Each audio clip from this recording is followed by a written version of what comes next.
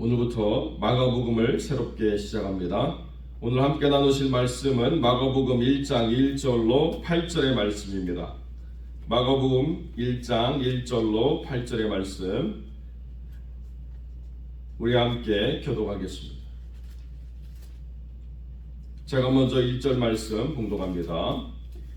하나님의 아들 예수 그리스도의 복음의 시작이라. 선지자 이사야 그래 보라 내가 내 사자를 내 앞에 보내노니 그가 내 길을 준비하리라. 광야에 외치는 자의 소리가 있어 이르되 너희는 주의 길을 준비하라. 그의 오실 길을 곧게 하라. 기록된 것과 같이 세례 요한이 광야로 죄사함을 받게 하는 내게 세례를 전하라. 온 유대 지방과 예루살렘 사람이 다 나아가 자기 죄를 잡아가고 요단강에서 그에게 세례를 받더라. 요한은 낙타 털옷을 입고 가죽들 띠고 메뚜기와 사청을 먹었다. 그가 전파하여 이르되 나보다 능력 많으신 이가 내 뒤에 오시나니 나는 굽혀 그의 신발끈을 풀기도 감당하지 못하겠노라. 나는 너희에게 물로 세례를 베풀었거니와 그는 너희에게 성령으로 세례를 베푸시리라. 아멘. 오늘 본문의 말씀을 가지고 주님이 오실 길을 준비하라 라는 제목으로 이 말씀을 함께 나누겠습니다. 마가복음은 신약의 성경 가운데에서 가장 먼저 쓰여진 성경입니다. 그래서 마태복음과 누가복음은 마가복음이 쓰여진 것을 중심으로 서로의 다른 관점들이 더해져서 마태의 시각과 누가의 자세한 설명으로 더 풍성하게 기록된 성경이죠. 그러니까 마가복음이 마태와 누가복음에 많은 영향을 끼쳤습니다. 그래서 이 세 복음을 같은 관점, 마가가 바라보고 있는 복음의 관점으로 성경을 기록했다 그래서 공관복음이라고 우리가 이렇게 부르고 있습니다. 오늘 본문의 말씀은 어떻게 복음이 시작되었는가를 전하는 가장 중요한 메시지들을 우리에게 전달해 줍니다. 하나님의 아들 예수 그리스도의 복음의 시작이라 이렇게 선언하고 있습니다. 이게 복음이 오해받고 공격당했던 가장 큰 이슈들이 바로 예수님이 누구인가에 대한 질문이었죠. 예수님은 과연 선지자인가 아니면 오기로 한 그리스도이신가? 이 질문에 대해서 복음은 분명하게 그 주님의 누구신가를 드러내고 있다는 것이죠. 하나님의 아들 예수 그리스도라고 하는 중요한 주님 되심을 선언함으로써 복음이 그 시작부터 감추어지지 않은 확실한 진리라고 하는 것을 우리에게 전달해주고 있습니다. 그래서 복음의 시작이 위해서 창조의 시작은 하나님만 모든 것을 행하셨지만 복음의 시작은 그 말씀으로 말미암아서 사람과 동역하시고 사람 속에서 이루어내신 역사들을 우리에게 전달해 주고 있다는 것입니다. 그래서 이사야가 이야기한 대로 주님이 오실 길을 예비하는 사람이 먼저 등장하고 주님이 오셔서 주님과 주님의 제자들이 사람 속에서 어떠한 일을 행하셨는가 라고 하는 것들을 드러내고 난 다음에 우리를 위해서 대속적인 죽음을 죽으시고 부활하사 우리에게 온전한 하나님의 나라를 허락하시고 주님의 자녀됨이라고 하는 거룩한 가치를 전달해 주셨다. 이것이 복음이라는 것입니다. 그래서 그 복음은 사람과 동행하고 사람 속에서 드러나는 그 분명한 증거들이 있어야 된다. 이렇게 말씀을 드릴 수가 있습니다. 그래서 오실 길을 예비한 이가 누구냐? 세례 요한이죠. 세례 요한이 자기 열심대로 자기 마음대로 그렇게 주님이 오실 길을 준비한 것이 아니라 주님이 오실 길들을 준비하라고 하시는 하나님의 예비하심, 성령의 인도하심 가운데 모든 것을 이렇게 준비해 왔다. 그것이 말라기 4장 5절에 등장하는 말세의 때의 엘리야의 사역이다 라고 이렇게 분명하게 선언해 주고 있다는 것입니다. 그래서 누가복음 1장 80절에 보면 아이가 자라며 강화해지고 빈들에서 거한다 이렇게 기록되어 있으니까요. 우리가 그 말씀을 이해할 때 그러면 아이가 어떻게 혼자 던져져 가지고 빈대에서 막 자라다가 마치 타전처럼 막 야생화가 돼가지고 메뚜기 잡아먹고 석청 먹고 막 이러다가 살아갔는가, 우리가 이렇게 혹시 이해하실지도 모르겠는데, 그 이야기가 아니고 그 빈들이라고 하는 곳, 광야라고 하는 곳에서 옛날 그 시대에 그 중요한 기독교 공동체의 모태가 되는 그런 사람들의 그 거룩한 연합체가 수행하는 그런 공동체가 있었습니다. 그것을 우리가 에스세네파 또는 쿰란 공동체 이렇게 부르는데, 말씀을 연구하고 말씀 속에서 하나님의 어떻게 오실 그리스도를 우리에게 허락하실 것인가를 깊이 연구하는 그러한 사람들의 연합체가 삶의 어떤 번영이나 안락함을 추구하는 쪽이 아니라 광야로 들어가서 빈들로 들어가서 그렇게 하나님 말씀만 붙잡고 살았던, 그런 구약의 말씀을 붙잡고 살았던 공동체가 있었거든요. 그러니까 그 안에 들어가 가지고 그렇게 거기서 말씀 속에 살아왔다는 거예요. 혼자 그냥 어디 가가지고 산기도 하고 막 야생처럼 막 이렇게 혼자 살아간 것이 아니라는 거죠.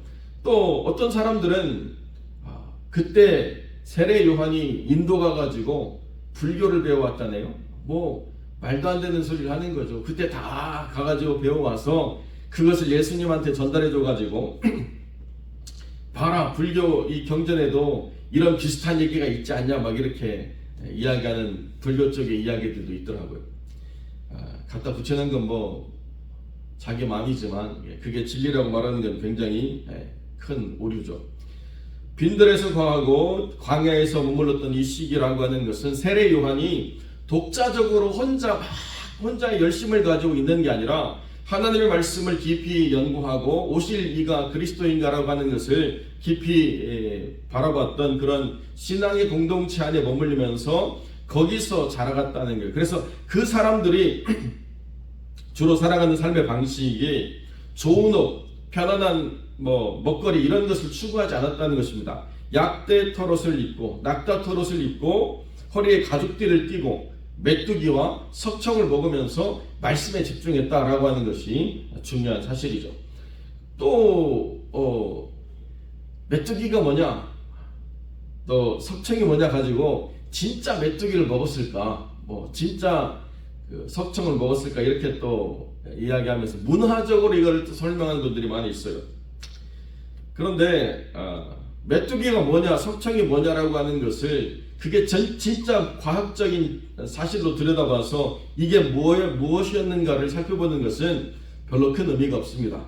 물론 이스라엘을 깊이 연구하시는 분들은 메뚜기라고 하는 이름과 그 탕자의 비유에서 나오는 쥐엄나무가 같은 이름으로 불리기 때문에 똑같이 하루브라고 하는 이름으로 불리니까 설마 메뚜기를 먹었을까?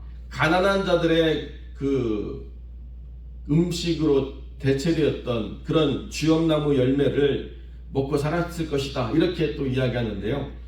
아무도 검증된 것은 없습니다. 또 석청이라고 하는 것이 얼마나 귀한 것인데 그것을 함부로 취할 수가 있을 것인가 이렇게 이야기하면서, 옛날에 그 이스라엘 사람들이 대추야자 열매를 그렇게 거두다가 돌틈 사이에 박힌 그거를 속어로 돌에 박힌 꿀이다 이렇게 불렀던 그런 경우가 있었는데, 그거 먹고 살았다, 그것도 쉽지 않다는 거죠.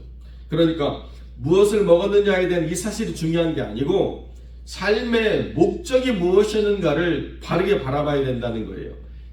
낙타 털 옷을 입어도 괜찮고, 그렇게 내 먹거리가 메뚜기 또는 석청이라고 불리는 그것이 무엇이든지 간에 우리가 일용할 양식이라고 말하는 빵이나 밥이나 이런 어떤 것이 아니라 불편함을 감수하고라도 하나님이 오실 길을 예비하라고 하시는 그 뜻 안에서 말씀 속에 깊이 들어갔다라고 그렇게 이야기해 주고 있다는 것입니다.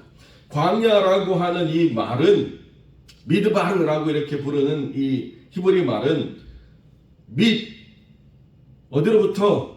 나바르, 말씀으로부터 라고 하는 그 의미로 전달이 됐습니다. 그래서 많은 선지자들이 광야에서 하나님의 말씀에 집중하면서 성령께서 인도하시는 소리를 들으려고 그렇게 하나님의 음성에 귀 기울였던 자리라는 거죠.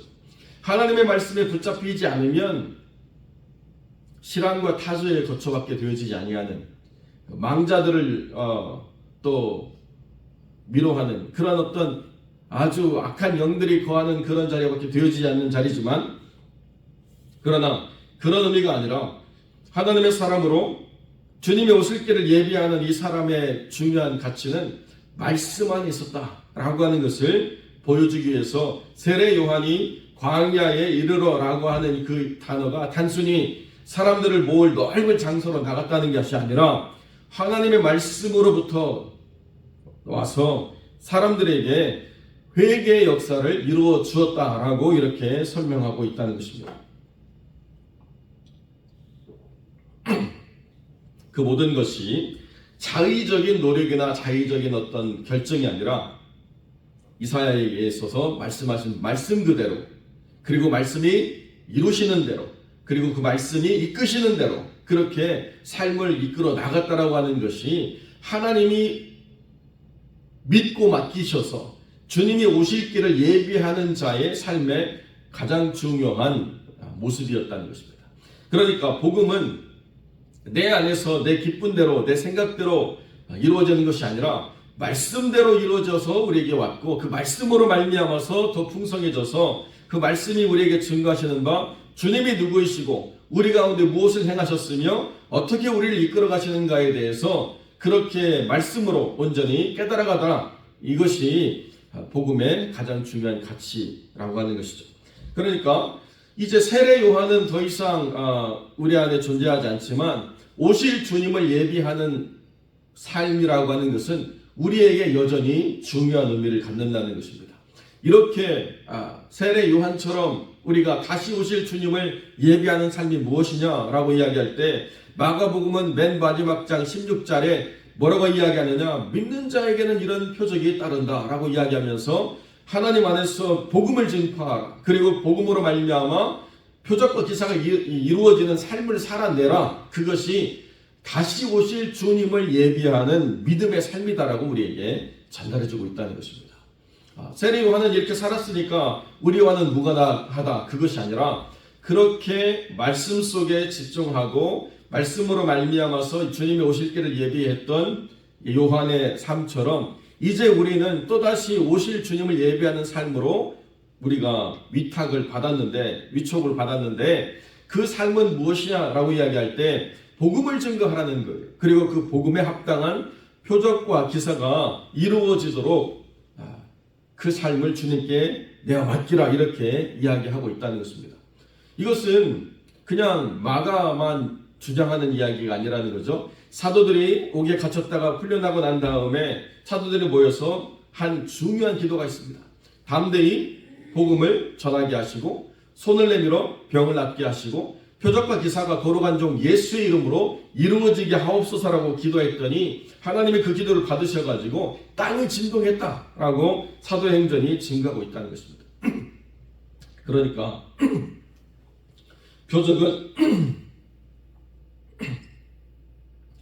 표적은 단순히 내가 얼마나 능력 있는 사람이냐, 내가 얼마나 기도 많이 하는 사람이냐, 이거를 말하는 것이 아니라 복음이 무엇이냐, 예수님이 우리에게 어떠한 분이냐라고 하는 것을 증거하는 중요한 기준이라고 마가는 분명히 우리에게 전달해주고 있다는 것입니다. 왜 그렇습니까? 마가는 그 처음부터 사도행전적인 역사의 모든 자리에 함께했습니다. 그리고 예수님이 십자가의 고난을 준비하는 마지막 만찬을 마가의 어퍼룸 2층 다락방이라고 우리가 번역했던 2층의 넓은 회랑에서 그것을 준비했다는 것이고, 그렇게 주님이 모든 사명을 마치시고 죽으시고 부활하사 다시 또 거기에 나타나실 뿐만 아니라 사도행전 2장 우리가 이야기하는 대로 오순절에 성령의 임함도 마가의 다락방 속에 있었다는 거죠. 그러니까 마가는 그 복음의 가장 중요한 자리마다 항상 함께했다는 사람입니다. 그러므로 마가가 우리에게 전달해 주는 게 뭐냐, 세례 요한처럼 세상 속에 있지만 세상에 휩쓸리지 말고 살아가라는 거예요. 세상을 우리가 갈망하거나 세상 속에서 무언가를 이루려고 하는 사람보다는 말씀으로 우리가 붙잡힌 삶을 살아가야 된다. 그래야 오실 주님 앞에서 우리의 삶이 부끄럽지 않을 수 있다. 우리의 입는 것, 우리의 먹는 것, 우리의 거하는 것 편하지 않을 수도 있다. 그러나 그 불편함을 내가 능력이 부족해서 또는 내가 믿는 신이 약해서라고 생각하는 그러한 사람들의 사고가 아니라 복음을 위해서, 말씀을 위해서 얼마든지 우리는 요한처럼 우리의 삶을 절제할 수 있고 우리의 삶을 포기할 수 있을 때, 그때 하나님이 우리에게 주시는 은혜의 모든 사역을 능력으로 감당할 수 있다라고 성경 우리에게 분명히 말씀하고 있다는 것입니다. 그렇기 때문에 요한은 모든 구약의 사람들에게 있어서 가장 마지막을 마무리하는 사람일 뿐만 아니라 모든 신약의 첫머리에서 모든 것을 연결하는 중요한 사명을 우리에게 전달해 주고 있는 것이죠. 그래서 구약의 예표적인 사람으로 그냥 끝나버리는 것이 아니라 신약의 제자들도 여전히 요한처럼 그렇게 삶의 훈련을 살아갔다라고 이렇게 우리가 봐야 된다는 것입니다. 예수님께서 제자들을 평안한 집에 머물게 하시고 거기서 우리가 학교 다니듯이 가르치는 것이 아니라 그들을 광야로 이끄셔서 말씀을 주시고 광야 가운데서 살아가는 삶을 훈련하도록 하셔서 머무르고 쌓아두는 삶이 아니라 복음을 증거하고 복음과 동행하는 삶으로 살아가도록 그들의 삶을 이끄셨다는 거죠. 그것이 가장 중요한 삶의 모습이라는 것입니다. 그러니까 복음이라고 하는 것을 우리가 이해할 때 세례 요한처럼 우리도 언젠가 오실 주님을 예배하는 삶을 살아야 된다라고 이야기하고 그 삶에서 드러나는 가장 중요한 열매 중에 하나가 뭐냐라고 이야기하면 회개의 역사라는 거예요. 회개의 역사. 복음은 회개의 역사가 있을 때에 그때 그 삶 속에서 복음의 역사가 시작된다라고 분명히 우리에게 전하고 있습니다. 요한이 이렇게 준비되어져서 회개의 역사를 이루고 나니까 그때 많은 사람들이 와가지고 그 회개 역사에 동참했는데 요한의 중요한 메시지가 뭐냐? 나는 물론 세례를 베풀었거니와 그는 너희에게 성령으로 세례를 베풀어 주실 것이다. 이게 요한이 전달했던 가장 중요한 메시지라는 거죠. 오실 예수 그리스도께서는 회개하는 자에게 성령의 충만함을 주시고 성령으로 말미암아 살아갈 힘과 능력을 더하여 주실 것이다. 자기가 봤거든요. 자기 그 2층의 큰 회랑에서 그렇게 오순절날 성령께서 불의 해 갈라짐 같이 각 사람의 머리 위에 임재하는 그 역사를 봤기 때문에 그 뜨거운 성령의 역사, 그 복음으로 말미암아 이루어지는 열매들이 얼마나 강력한 것인가를 본인이 보고 그것들을 통해서 복음을 하나로 압축했다는 거예요. 회개하는 자에게는 성령이 임할 것이다. 회개하는 자에게는 그 성령의 임재로 말미암아 세상을 이길 힘과 능력을 우리에게 허락해 주실 것이다. 그것이 주님이 다시 오실 것을 믿고 이 종말의 시기를 살아가는 사람들에게 가장 중요한 삶의 자세다라고 우리에게 말씀하고 있습니다. 사랑하는 성도 여러분, 우리의 삶의 불편함이 우리의 노력의 부족이나 또는 지혜의 부족이나 정보의 부족으로 인해서 온다, 이렇게 우리의 삶을 평가할 것이 아니라 우리는 주님으로 인해서 불편을 감수해도 얼마든지 성공한 삶이다. 우리는 주님 때문에 모자람과 부족함이 있다라고 한다면 그것을 통해서 하나님의 영광을 채워가는 복된 인생이 될 것이다 라고 우리가 그렇게 믿어야 된다는 것이고요. 우리가 그렇게 주님에게 붙들림 받아야 된다라고 이야기한다면 우리를 통해서 회개 역사가 일어나야 된다.